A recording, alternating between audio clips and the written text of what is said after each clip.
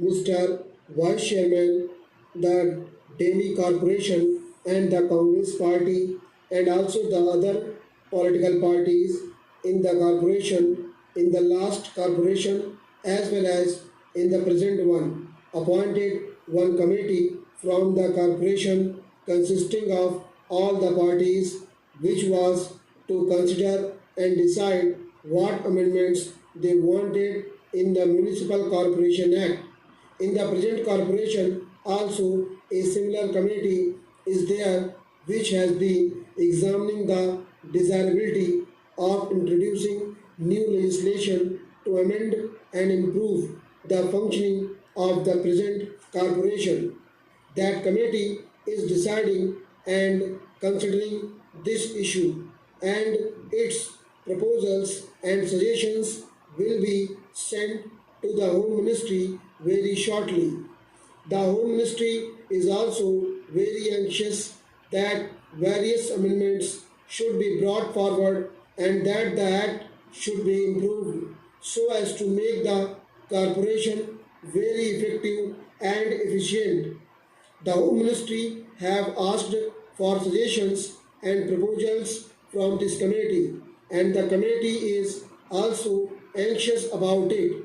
That being the case, I think that this bill may be postponed pending the consideration of all the suggestions which will come not only from this committee but from the Home Ministry.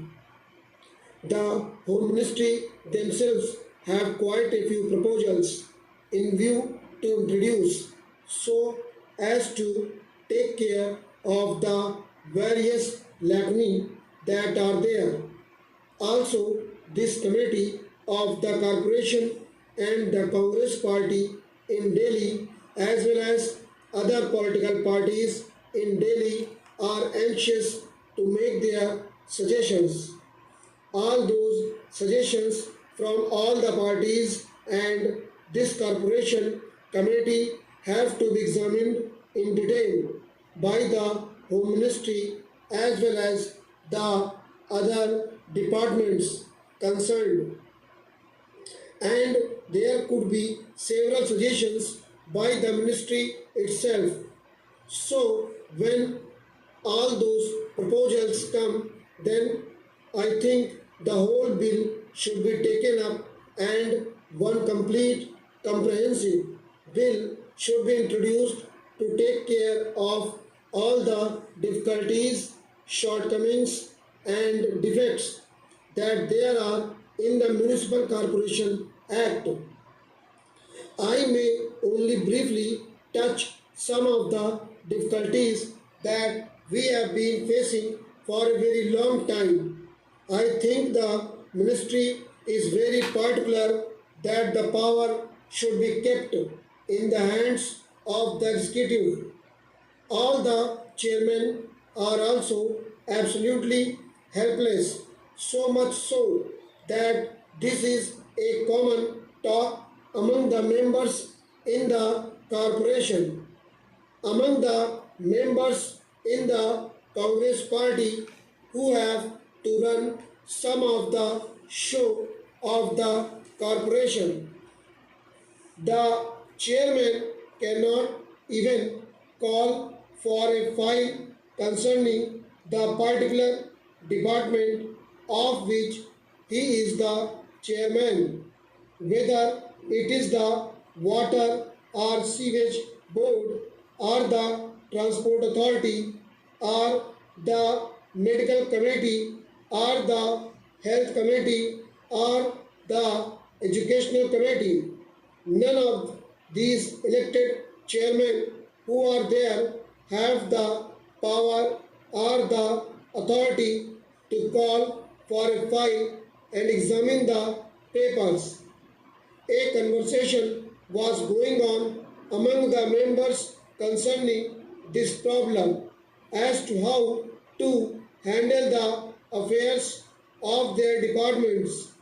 If they could not look at a file or examine it, one suggestion made was that the mayor might call for the file and the chairman might go to his office and look at the file and then the mayor might return the file. I think it is a very ridiculous situation where you have all the 80 people sitting in that corporation hall with no powers at all.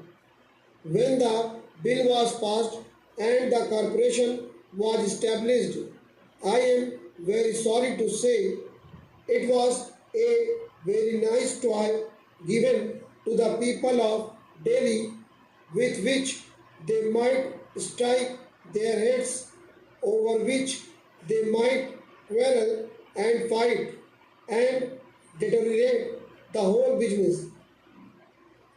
It is because they have nothing to do, they have no powers.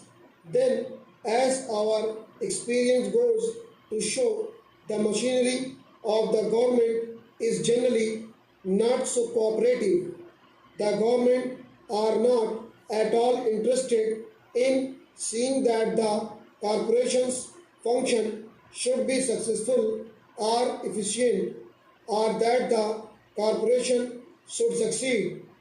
By and large, and very unfortunately, they rarely want that this whole show should be going well. They just as well want to enjoy the failures of the corporation and laugh over them and even propagate the failures everywhere in public and in private, here and there. It is very discouraging, very bad for the morale of the administration and the public at large. Unfortunately, it is like that. It is a fact to reckon with. It is a situation to be faced. Resolutions have been passed by the corporation for so many years, for 3 years, 4 years, and so on. But I think half of the resolutions have not been implemented. Provision has been made in the budgets for various things, but the money has not been used. The machinery of the corporation is not bothered about it, or is not serious enough, or concerned about implementing the resolutions passed by the government. The resolutions passed by the corporation have certainly to be taken very seriously and implemented faithfully. There is no faithful implementation. The elected members can do nothing about this matter. Stop.